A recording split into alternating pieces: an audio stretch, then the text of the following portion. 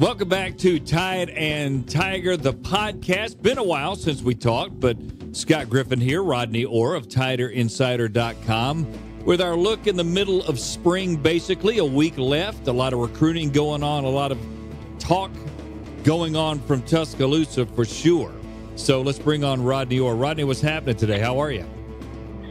I'm doing great. How are you? Doing wonderfully. And just a few moments ago, hot news off the press for recruiting. Christian Williams, a defensive back, 4-star out of Daphne High School, chooses Alabama. So let's talk about that. What do you know about him? What do you like about him? Your eyes are always on him way before everybody else's. What do you think? Yeah, 6'1", about 180. A guy that's really versatile, Scott. I think he obviously has excellent skills. Reminds a lot of people a little bit of Jalen Armour Davis, who signed in this last class from Mobile St. Paul's, the same area. Guy that obviously has long arms and just really athletic player. When you look at him, you know, Scott, here's the thing that makes him so valuable. Is obviously Alabama signed a great class of defensive backs and especially corners in this last year's class, but there's not as many out there in terms of just pure corners in the 2019 class as there were last year. So I think when you look at him, he's very valuable in terms of getting a top-notch corner. So Alabama seems to be getting some momentum here. Rashad Cheney leaves Georgia after they kind of back off of him. Paul Tyson commits. Pierce Quick had done it a few weeks before. Am I wrong in assuming the ball's rolling here a little bit?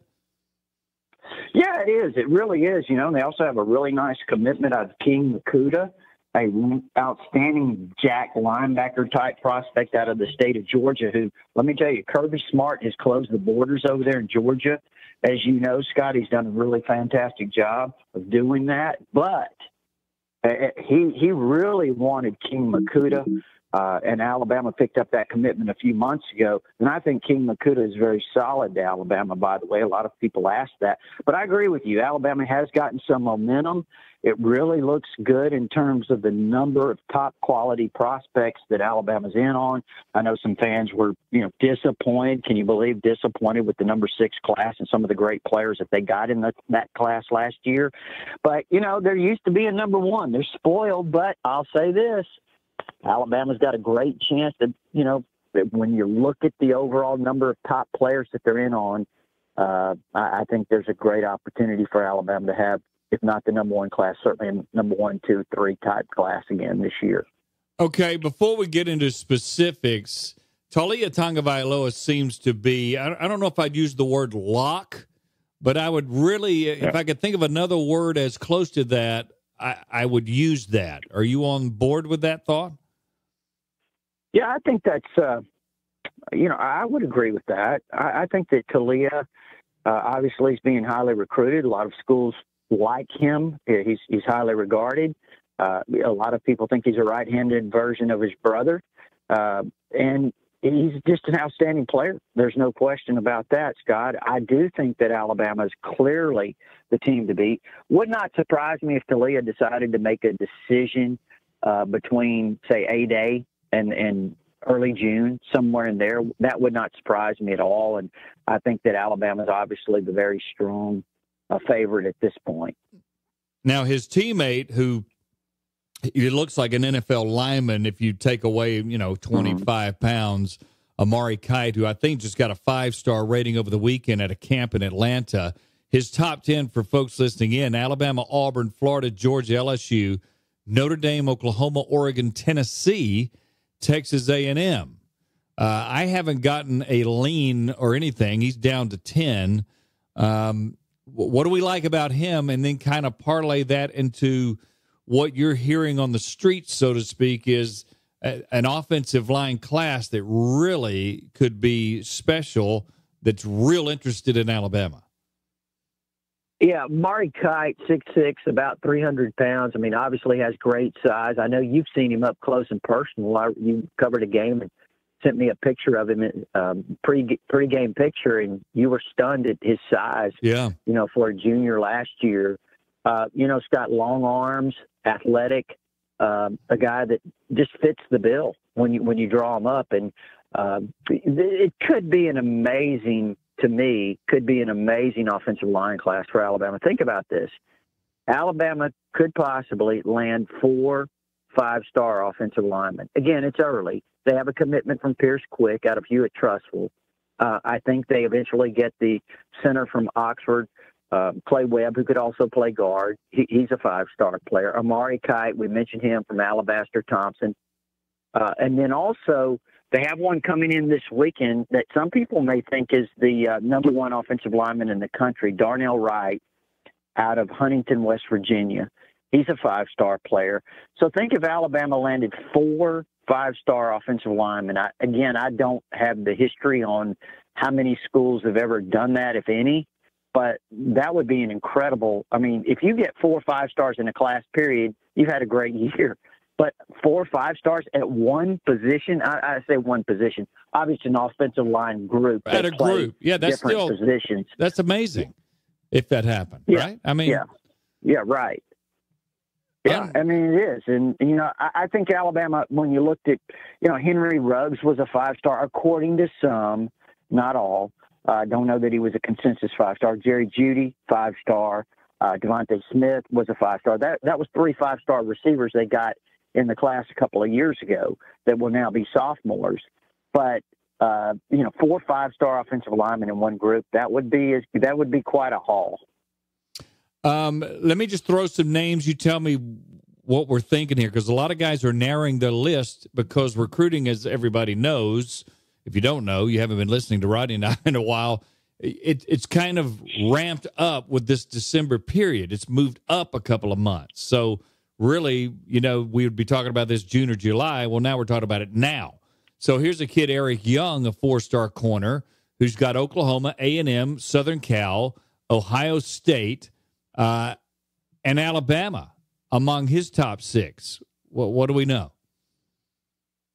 Well, again, I just think it's early, and here's what I would say to all this is that we want to get into the camp period. I think Alabama has certain guys that they're ready to take commitments from now, and I'm not necessarily referring specifically to Eric Young or anyone else for that matter. But I think what the important thing right now is that Alabama wants to get into the camp period, which is an evaluation opportunity throughout that month. They've got several camps in the month of June, Scott. Now, they've moved all their camps up.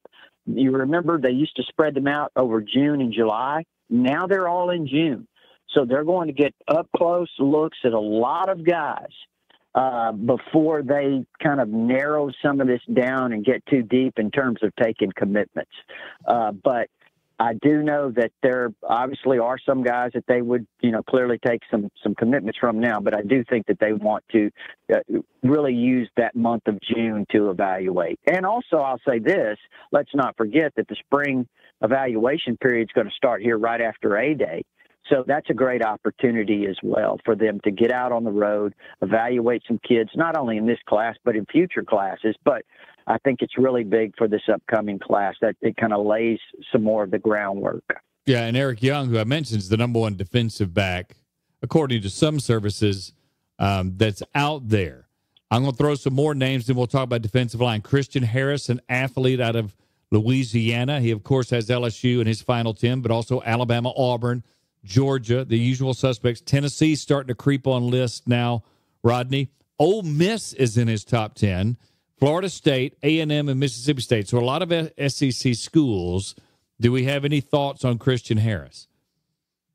Yeah, he's been to Tuscaloosa several times. I mean, I think that he really likes Alabama a lot. They're very, very high on his list, as you mentioned.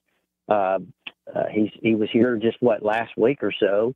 I think Alabama has a great shot at Christian Harris. He's a tremendous athlete, 6'1" or so, about 220, 225, probably a linebacker on this level is what most people think.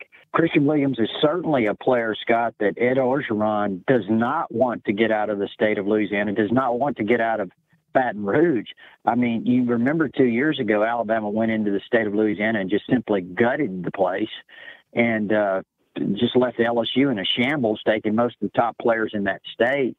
And there's a chance Alabama could go in there and do some serious damage again, and Christian Williams would be one of those prospects who might be a guy that ends up on Alabama's list. All right, so let's talk about defensive linemen, and then we'll get into some spring again. What do we know about that? Yep. Certainly it can't be as good as what you're kind of feeling the warmth of for the offensive line, can it? Well, hold on a minute now. Listen, they've got to have a huge year on the offensive line. Think about this, Scott. Alabama is probably the leader for the number one interior defensive lineman in the country right now, I think. Ishmael Sopsher out of Amet, Louisiana, the same high school as Devontae Smith, by the way. Number one interior defensive lineman in the country. The number two interior defensive lineman, think about this. Fatui Tuitele, I think I'm saying that correctly. He is the number two interior defensive lineman in the country. He is from the same high school as Tua Tagovailoa, St. Louis High School in Honolulu, Hawaii. He visited here about a week or so ago. He is a cousin of Tua's. I think Alabama's in great shape with him. So there's a possibility that if those guys remain in those spots, 1 and 2, that Alabama could get the top two defensive tackles in the country. And then there's a really outstanding player that's worth keeping an eye on at Clay Chalkville, DJ Dale, who's about 6'2" and 320. He's an outstanding interior player. And then you look over in Mississippi, Alabama's got their hooks in about 3 guys over there that they're trying to reel in. Nathan Pickering out of Seminary is a 6'4", 280-pound defensive end that's a really disruptive player. Jaron Gandy out of New Augusta is probably, I would say, he and Byron Young out of West Laurel. Those are 2 other guys in the state of Mississippi that rank right up there with Pickering as just tremendous players. Again, would Alabama get all 3 of those? Probably not, but I would not be surprised, I'll put it that way, if they got 2 of the 3. And again, let's be clear, though. It is very early. We're talking about 8+ months away until the early signing period. So we'll see what happens. But just the preliminary look at it, Scott, it does look like a possibility that Alabama could have a very, very strong year on the defensive line. And I just gave you a few of the defensive linemen. Obviously, there are several others that not only are they recruiting now, but will eventually kind of pop up for Alabama on their radar. All right, and DJ Dale, the Clay Chalkville kid, he's got 5 schools: Clemson, Alabama, Tennessee, Auburn, Florida State. So, I mean, Jeremy Pruitt's going to be somebody to be reckoned with. If you've noticed, I've said Tennessee for virtually all these guys. He looks a lot like Deron Payne. I'm going to guess he has that kind of game, body size. I haven't seen film of him yet, but is he kind of Deron Payne-like, in your opinion? Well, again, I would hate to go out on that limb because Deron Payne's an absolute we saw what he is. He's a freak. He's a first-round draft pick. I mean, DJ Dale certainly has a lot of ability. I'd like to see a little bit more out of him before I went, and said you put him in the same breath with Deron Payne. But, Scott, he's 6'2", plus 320, big, strong, powerful guy on the interior. So, if he's another Deron Payne and they team him with the other guys we mentioned, I mean, it would be an incredible defensive line haul. Yeah, Alabama offered him around January 19th, and he was at Tuscaloosa this past weekend. Let me tell you about Hong Kong Tailors. They're in the Birmingham area in Homewood, and they outfit people like SEC Network's Greg McElroy, John Parker Wilson, who's the financial analyst in Birmingham, also linebacker Corey Raymer, you remember, Melvin Cheatham, former basketball player, and all kind of folks connected to Alabama's program. Ramesh Kirpalani provides a family atmosphere where he gets to know his clients, the personality, the lifestyle, and he forms a relationship with you when he does your clothing. So wherever you can hear my voice, he can help you out. We're talking about style, personality, fit, fashion, impeccable fabrics. They are the best. You can go to KirpalaniTailors.com, KIRPALANI Tailors.com. They do not do anything but bespoke tailoring. That is completely handcrafted, tailor-made, perfectly suited and specific for you and your body. You're not getting on the internet, sending in measurements, and getting back glued and fused garbage, to be honest with you. It is tailor-made from the finest fabrics. Check out Hong Kong Tailors, KerperLineyTailors.com. Call 205-871-3422. Tuscaloosa, Birmingham, Huntsville, Atlanta, wherever.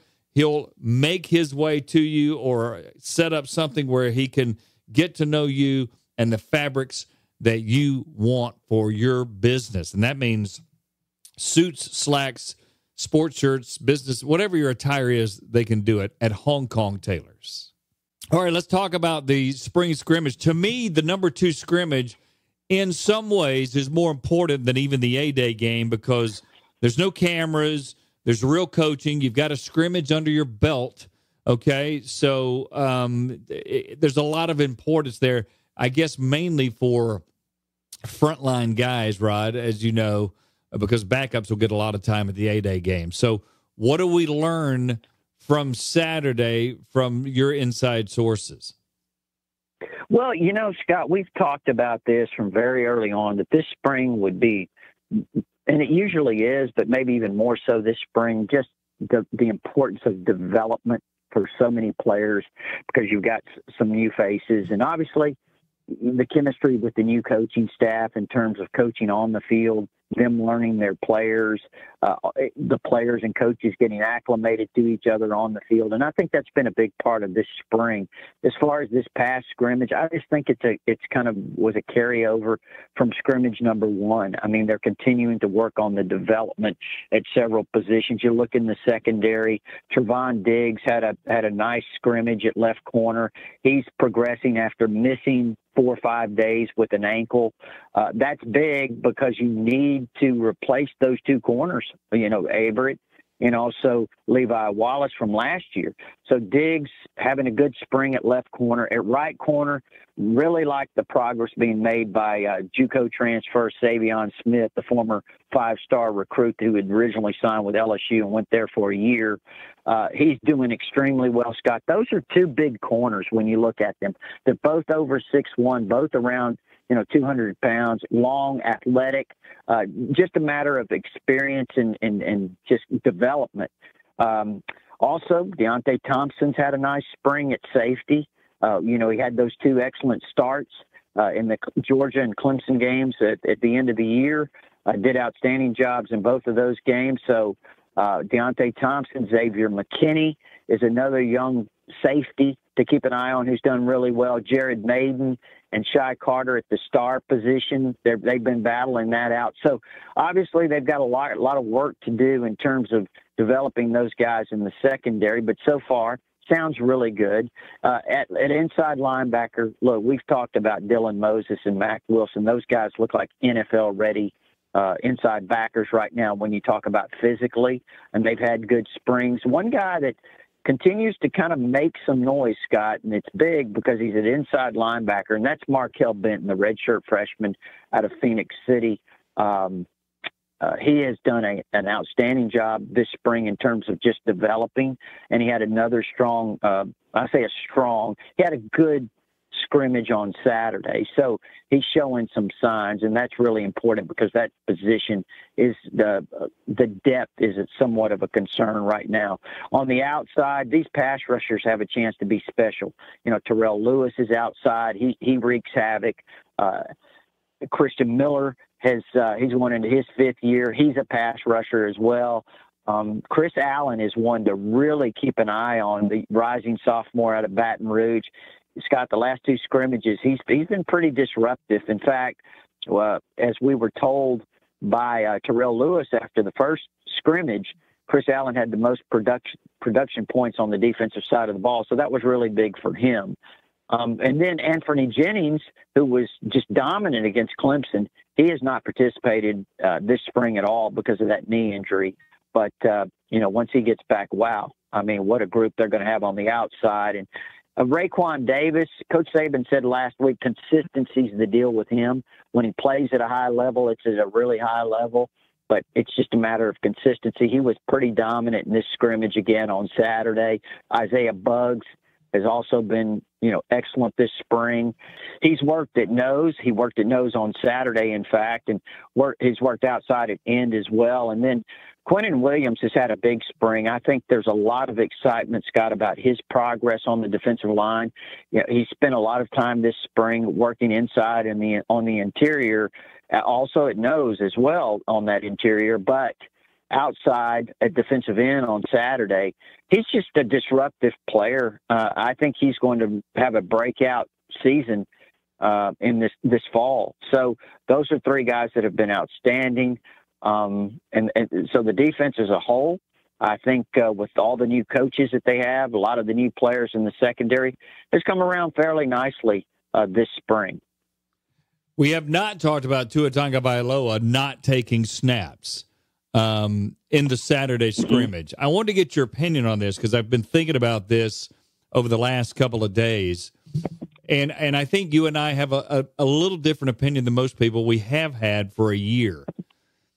I'm not so sure Alabama did not make a mistake in practicing Tua the way he did. Now, a lot of that's going to be Tua because he's a competitor. I'm sure he said he could do more, all whatever happened to re-injure himself. But I'm not so sure I would not have recognized that and just had him do some throwing, maybe some skeleton stuff where there's nobody around him for the spring. That didn't happen. He was played well last Saturday in the scrimmage before this past weekend. Now he's injured himself again. Did they or he decide to come back too quickly and do too much? Not come back too quickly, but do too much is the better way to put it, in your opinion. Well, first of all, let's be clear about this for those who don't know. The quarterbacks are non-contact. They're not supposed to be hit, and I don't think he was intentionally hit. I don't know exactly what happened on this second go-round. The word is, and again, it's just the word, certainly nothing that has been confirmed was that he hit him on another player on the follow-through on his delivery. Did that happen? I don't know. But if that's what happened and that's how he hurt his hand, then somebody got too close to him, and that happens sometimes. So your question is, should they have kept people away from him? And, I think it's part of it. What they're doing is sometimes that's going to happen. An offensive lineman could get shoved back into the quarterback's throwing lane, whatever it might be. We've seen players hit their hand on somebody's helmet or their body when they throw a football. Yeah, it's common. It's common. And so, from that standpoint, I mean, it happens, but after you've had that kind of injury, do you take extra precaution? You probably do. I do think, though, that as competitive as Tua is, I don't think he wanted to slow down. I think he wanted to, pick right up where he left off and I agree get with right that. back out there. He was cleared medically. And again, could there have maybe been some more caution taken and said, hey, I'm sure they took some steps. But again, I think Tua wanted to be out there, and it just so happened that this happened for the second time. And the good news is that whatever it is, and we'll wait for Nick Saban to officially announce if that's what he chooses to do, what the status of Tua's hand is at this point. I do think, based on some things that I've heard, that he'll be fine. It may be a month, it may be 6 weeks till he's fully recovered, but he'll be fine and should be ready to go when they start heating up those June 7-on-7 voluntary throwing practices that they have. And again, they're voluntary, but it's 7-on-7, and I think Tua will probably be ready to go by then. Well, and I guess I'll develop my point further because to me, the reason I say that is he's the starter by far because I've been saying that for a long time. So if you have a starting quarterback, there's no way you're chancing what he was doing. Of course, in, I guess, Nick Saban's eyes and coach's eyes, whatever, it's all up in the air and there's a competition going on. So that's why Tua wanted to be out there and all that stuff, especially with the new offensive coordinator and new quarterback coach. So I guess I just look at it differently, and I know you do too, with that. And look, I'm not blaming Alabama. Like you said, he was medically cleared. The kid probably wanted to go. Everything was good. But the fact remains the man had surgery 3 weeks ago. You know what I mean? And you got to remember that. And I mean, I see your point, and I agree to an extent that and again, I don't know what the discussions were. I'm not privy to all that between Tua and the doctors and also Coach Saban. And again, it sounds like it was probably something that was just freak that happened. Yeah. But these guys are very aggressive, Scott. You know how it is, and these types of things can happen. And would I've kept him in protective custody? Probably so. I mean, again, they're out there competing. Nick Saban wants these players to compete. That's what it's all about. That's why Alabama's who they are, because of competition. And, Tua wanted to be out there. And again, I think the key right now is that whatever the extent of this injury is, he's expected to be okay.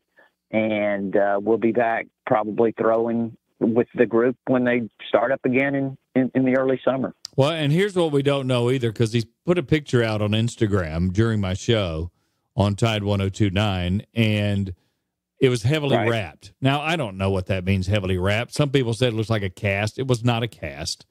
It was heavily wrapped. And he put just the word post.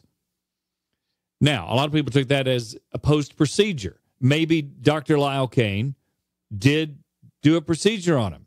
Maybe the plate got damaged or loose or whatever. I don't know. But that's all we know is he sent out a picture and put the word post, and he's sitting down and he shows his hand wrapped with his dad standing there in the hallway. That's all we know for folks listening in. The key is, though, and Lyle Kane said on my radio show he should be back, and I agree with you. Even though it got re-injured, I don't want people freaking out that this is some permanent thing or it's going to linger into August or anything like that. It's unfortunate, but I think all is good. You know what I mean? Until further notice. Oh, absolutely. Yeah, I don't think there's any doubt about that. I think some people overreacted to Nick Saban's comments on Saturday when he said, we want to make sure that this doesn't linger into the fall. And they took that to mean that there's a possible. Well, it's not expected. It should be far from that. I mean, like I said, based on what I've heard, 4 to 6 weeks, whatever it is, he should be back with the group when they start in early June, throwing on those, their voluntary 7-on-7 workouts. So, Tua should be fine. And it's unfortunate that it's where this happened again, but it is what it is. Yeah, and we'll wrap it up. But I think if Nick Saban had to do it over again, he'd be making him sit out. Probably so. Would you agree with that? I mean, you're out. Okay? I would. Yeah, you're not. You can throw and you can do some footwork, but you're not getting. And like you said earlier, I mean, he could do some skeleton. Just as long as nobody's around him, do whatever you can do with that. But other than that, I'm not letting anybody get around him. Period.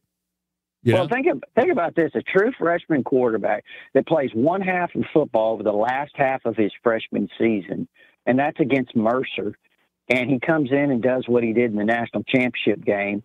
I think he could probably skip spring practice and be okay. I mean, he's now, again, I know you want him to get as many reps. I'm certainly not discounting the importance of that. Let's be clear. But, I mean, if he can do what he did, I mean, I think the practices that he missed in spring practice would be fine. Yeah, we'll have to see what happens on all that. But it's going to be interesting to see the development and the latest news concerning his hand. Again, on the other side of that coin, Jalen Hurts gets more reps and Mac Jones gets more reps. And I really think we have not talked enough about Mac Jones, the way he's delivering the ball, the way he's improved, and how critical this spring has been for him and the A-Day game. The A-Day game for a guy like that is big, I think, Rod. Mm-hmm. Sure, absolutely. It's a great opportunity for him to go out and showcase in front of a lot of people on TV, a lot of Alabama fans watching. It's a great opportunity for him to show the coaching staff what he can do on a stage like that. And again, I understand it's a spring game, but this is a stage for him. I mean, think about that. Here's a redshirt freshman quarterback. If he can go out there and handle himself well, make some plays, show some poise, show some leadership, all of those things, he's certainly positioning himself very well as you start to move forward. So, it's a great opportunity for him. And it's also a great opportunity for Jalen Hurts because the way he finished up last season, I think it's big for him to have a really good spring, and it sounds like he's done pretty well.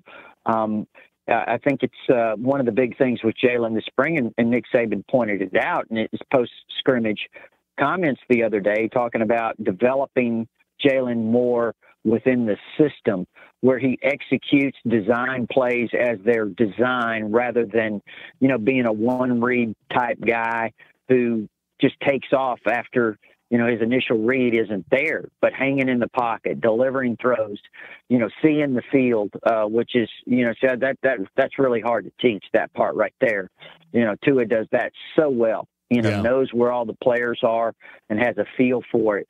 But that's something that Jalen, even though he's been a 28-game starter or whatever it is, he still has struggled in that part of the passing game. So they're working with him quite a bit in terms of developing his ability as a passer this spring. And Coach Saban said he's made some progress, but still sounds like he's got a ways to go. Let's be honest. As we talk about Jalen, his athleticism and ability to run and size that served him so well in high school and his freshman year at Alabama with Lane Kiffin being smart enough to formulate an offense around him and his strengths, it kind of hurts him now because the whole hang-up, as you said, is instead of trusting a play, trusting the playmakers you have named Ruggs, Judy, Irv Smith, Devontae Smith that's out there, instead of, manipulating the pocket, don't just tuck it and run at the first sign of trouble. That's basically what it sounds like Nick Saban is saying. And in the high school and his freshman year, it worked because he's such an outstanding runner. But with the playmakers they have, Rodney, at his disposal, the better option is to manipulate the pocket and deliver the ball downfield. Well, and not only that, but also think about his freshman year, Scott. He was very successful until he got to the latter part of the season. They started facing some of the more athletic defenses. When you talk about LSU, you talk about Washington, Clemson, even Florida in the SEC championship game, they really limited him. Those athletes, and they kind of shut down his running a little bit. And when he could not execute in the passing game, and look, he had a fantastic freshman year. That's not saying anything about that. Obviously, he was SEC Offensive Player of the Year, and deservedly so. Put up some really good numbers. You would expect a freshman to struggle throwing the football as a quarterback. It's just a difficult position. Very few guys like Tua can come in and have that kind of success. But Jalen had a really good year. But as they kind of got a book on him, made it a little bit more difficult. And then last year we saw that it did not look like he had made much progress in terms of as a passer. Yeah. He was still the one-read guy who would take off, and that's not being critical of him. It's just like you said, when you have all these other weapons outside, you have the tight ends, you have running backs that you can dump it to that could be valuable as receivers. I think that it kind of obviously eliminated some of those threats. And some of the opponents just said, listen, we're going to take away we're going to try to make him throw the football. And again, I think that was the biggest weakness. And we saw that later in the season, especially in the Georgia game, when we obviously saw it in the Auburn game when they lost the regular season ender there against Auburn, when they just simply could not execute in the passing game, and in the Georgia game as well. So, and they really didn't need it in the Clemson game because the defense dominated so much. But regardless, it is where we are, and Dan Enos has a great reputation for developing quarterbacks, and I think that's what his focus has been this spring, Scott, is continuing in the development of Jalen Hurts and also, Mac Jones, and then the opportunities that Tua has had as well. Okay, Rodney, what about the offensive line where you're, in my eyes, notice Ross Pierce-Baker at center, Lester Cotton flipping from right guard to the left guard. Jonah Williams is the only one still in his position from just a few months ago. And then Jedrick Wills at right guard, the sophomore to be. And Alex Leatherwood flipping from left tackle to right tackle. That's sophomore. What are you thinking? All of those guys really competing. I think it's a work in progress right now, Scott. I think that's one reason why the defensive front has probably had some success in pressuring the quarterback at times, is because you have an offensive line that's still developing. It's not experienced in some aspects, and guys moving around, shuffling, and all of that. So it's nothing really to be alarmed about, in my opinion. They have some really outstanding players. But the guys we mentioned lining up with that first group, along with Matt Womack, and possibly Josh Casher, who's worked some with the first team at the guard spots, is, maybe those guys from amongst those seven, that will be your five. One of those guys, obviously, maybe a few other guys will have opportunities to crack the lineup. But it sounds like right now those are seven guys to really keep an eye on as we start to move into August. And then in the tight ends, by the way, and during the scrimmage, they had a big day. Hale Hinches had about 5 or 6 grabs and had a nice touchdown reception of maybe 50 yards or so from Jalen Hurts. And then tight end Irv Smith had a big day. He had a 70-plus yard touchdown reception from Mac Jones. So those guys were really implemented strongly in the scrimmage and the passing game. Now, remember, even though Dan Enos is not the offensive coordinator, he had a lot of success with his tight ends like Hunter Henry at Arkansas. They utilized them quite a bit. So tight ends could become more of a factor in this offense. And I'm going to say this, Scott, and you're getting ready to pounce on me, but I'm telling you, watch out for number 44, Kedrick James. You love that guy. 6'5", 255. He's an excellent blocker, and he is a load to bring down after the catch. I'm telling you, Kedrick James is going to be a player. Trust me on this one. And then at receiver, let me say this. Let me say this. I hope for your sake you're correct. Okay, because I'm tired of hearing about the kid. I'm joking. Well, you better get ready because you're going to hear a lot more about Kedrick James. All right. But let me say this: at wide receiver, obviously Jerry Judy's out with the meniscus. Terrell Shavers is out with the toe surgery. So the numbers are down at receiver. Obviously, Ruggs and Devontae Smith have done a nice job. Devontae, by the way, has worked some at corner just because the numbers are down back there too.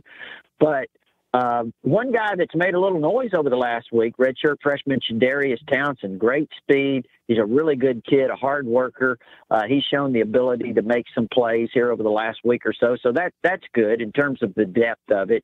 And, Alabama obviously still going to bring in a nice class here in the summer of some of the recruits that will be able to contribute at all the positions. But right now, I think as we head into A-Day, Scott, everything looks pretty solid. All right, that's our look at some of the recruits and spring practice. We'll talk to you again after the spring game. Of course, Tide and Tiger brought to you by TiderInsider.com. Only $48 a year. I mean, we're talking about, 4 lunches basically over an entire year. It costs you to get the best information, recruiting really focused and narrowed down to the real guts of it, fan forums, videos, podcasts like this, and much more at TiderInsider.com. Also, Hong Kong tailors in Birmingham and Homewood, wherever you can hear my voice, they'll come visit you. They'll come see you. They'll outfit you. We told you about Hong Kong tailors, 205-871-3422. You can call and make an appointment in Birmingham after hours or the weekends. They'll be glad to get clothes that fit you perfectly for whatever job you have. For Rodney Orr, Scott Griffin saying so long for this edition. We'll talk to you again after A-Day. Wrap up the spring. Thanks for listening to Tide and Tiger.